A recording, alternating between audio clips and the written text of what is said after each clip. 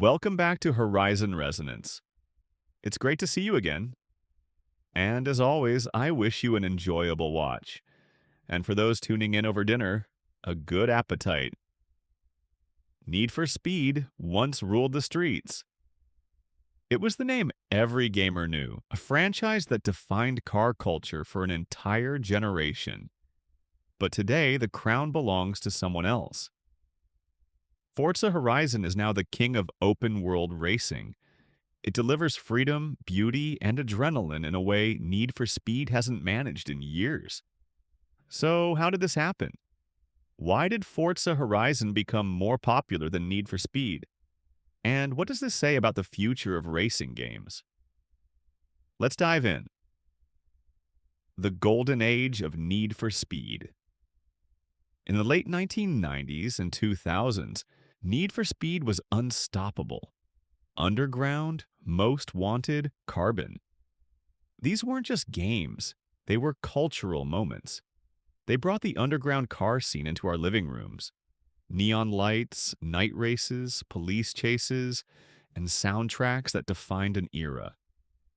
Everyone wanted to customize their car, slap on a body kit, and blast down city streets. Need for Speed wasn't just a racing game, it was a lifestyle. For many players, it was their first love, the reason they became car enthusiasts in the first place. The decline of a giant. But success can be dangerous. Over time, Need for Speed stopped evolving. By the late 2000s, the series had lost direction. One year it tried to be realistic, the next it went back to arcade chaos.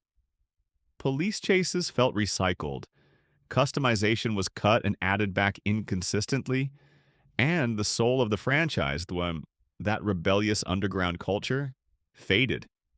Fans noticed. Each release felt less special. Reviews slipped, sales dropped. Need for Speed was no longer king. It was just another racing game trying to hold on to its past. And that left a gap, a vacuum, a space for something new to take over. The arrival of Forza Horizon. In 2012, that something arrived. Forza Horizon. Where Need for Speed gave us tight city streets, Horizon gave us the open road. Where Need for Speed gave us police chases, Horizon gave us freedom. And where Need for Speed struggled to find an identity, Horizon built one instantly.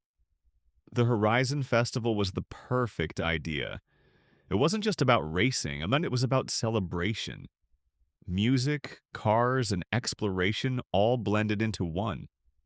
From the very first game, Forza Horizon promised something fresh, a racing game that felt alive.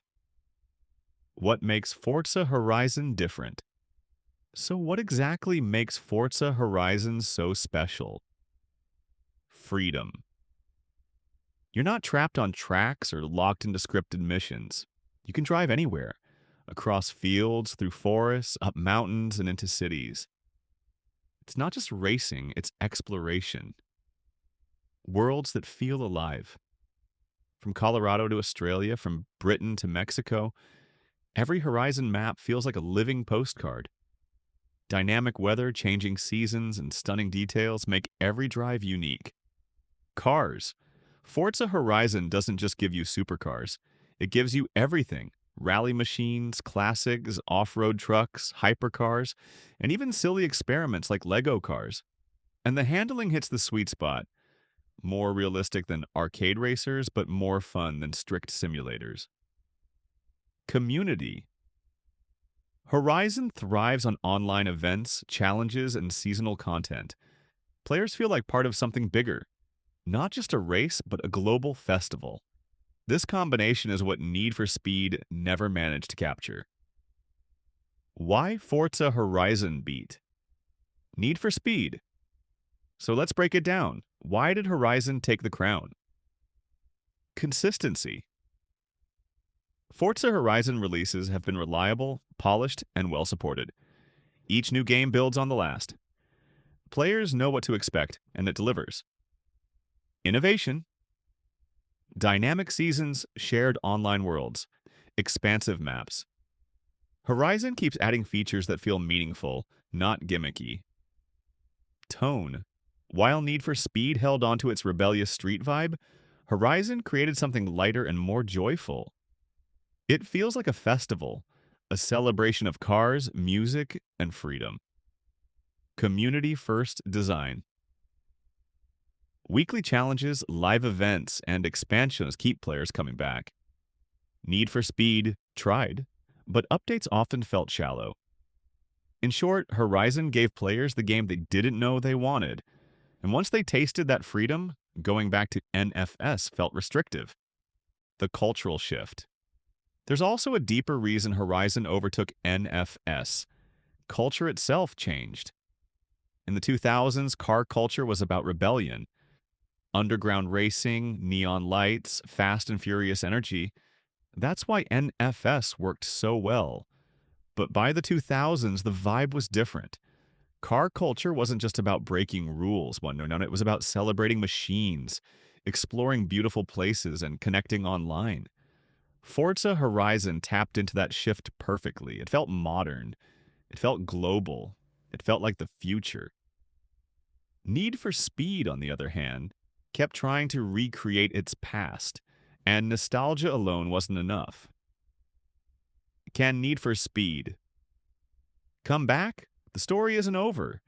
Need for Speed still has a name that carries weight. Every time a new title is announced, fans hope for a return to glory. They want the magic of Underground or Most Wanted again. They want the adrenaline of running from cops, the style of custom rides, the music that defined nights in front of the TV. But will it ever happen? Can Need for Speed rise again? Or has Forza Horizon already claimed the throne permanently? Closing Forza Horizon didn't just beat Need for Speed. It redefined what a racing game could be. It showed that players don't just want speed, they want freedom, beauty, and community. It built not just a game, but a festival. And that's why today, Forza Horizon is more than just popular. It's the king of the road. So now I'll leave it to you. Do you think Need for Speed can make a comeback? Or has Forza Horizon won for good? Drop your thoughts in the comments.